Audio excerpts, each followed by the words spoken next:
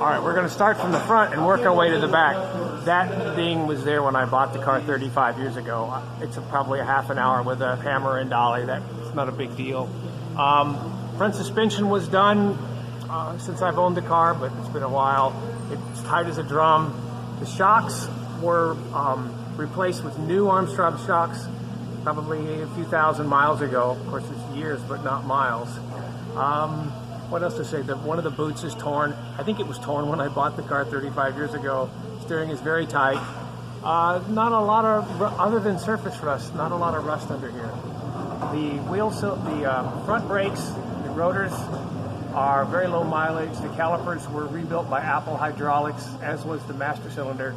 It's got a fairly new clutch slave cylinder to go with the master cylinder, new lines, the usual MG oil leaks, mostly coming from the side covers.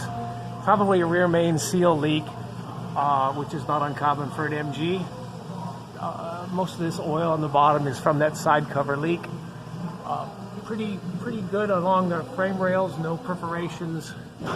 The frame looks pretty solid. There's one of the battery boxes that I have a 12-volt battery in. The other battery box is rusted out, but that's an easily replaceable tack welded in part.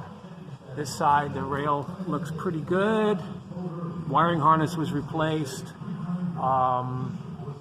Let's see what else is there to say. I just rebuilt the rear brakes. There's new drums, new master cylinder, new wheel cylinder, and new shoes. This right rear wheel, the axle seal leaks pretty bad. I have the tool to take it apart. I just haven't gotten in there to get the nut off so I can get the hub off. I've done all the work on this car myself, and I've learned a lot about these things. There's the fuel pump. Fuel pump is great. I put new points in it many years ago. Haven't touched it since. Very reliable if you get it set up right. Fuel tank looks like it got a little bit of a ding there where the drain is, but it's not rusted out. Holds fuel, no leaks. Exhaust could use some attention, but it doesn't leak. Muffler was put on by me many years ago. I don't know what else to say. A few dings and bangs, most of it in the soft metal parts. Could be just kind of mostly just hammer and dolly work, and it could be straight as an arrow. Let me work over here to the side. Along this rocker, there's some holes that are rusted through. Those have not changed since I bought the car 35 years ago. It's been indoors or in a garage or under a carport or under a tarp for the last 35 years. So that hasn't gotten worse. That's not a big deal. Walk around here.